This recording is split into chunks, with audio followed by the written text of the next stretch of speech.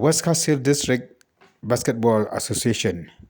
hanggat ka jertelang baka District Sports Officer kala penlong ya ka inter-school basketball ke banakong du jongka district. Hakan ni ka tournament le sementa hendak tuli ki tim ki kentai ba santri ki tim jog chenrang.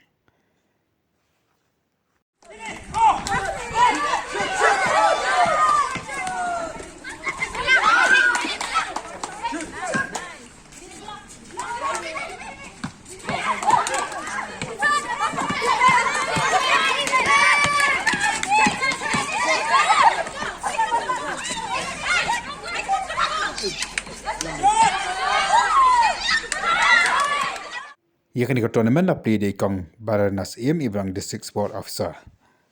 Bagi kong balina hak jing kencang I dapat pau ke Sngewnguh Blei namar Hadien Snem namar ke maklam Blei obat pelang Biang ia ke jing lekai sport hak jelahi porokoi.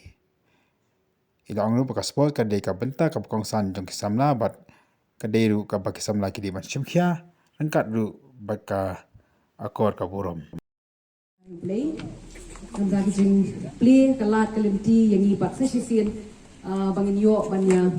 sedang biang gini ki sports activities ki dongi Hadien bangila du no la kumba Snem ti marang ju poru ngai kumplay ya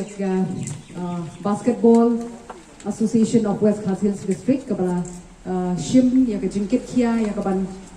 penlong ya ka first inter school basketball tournament bat kum juru kabala Biang subhai nga bangin don lang kini kapor. I kumbang legitimate ba ka sports and games kalong ka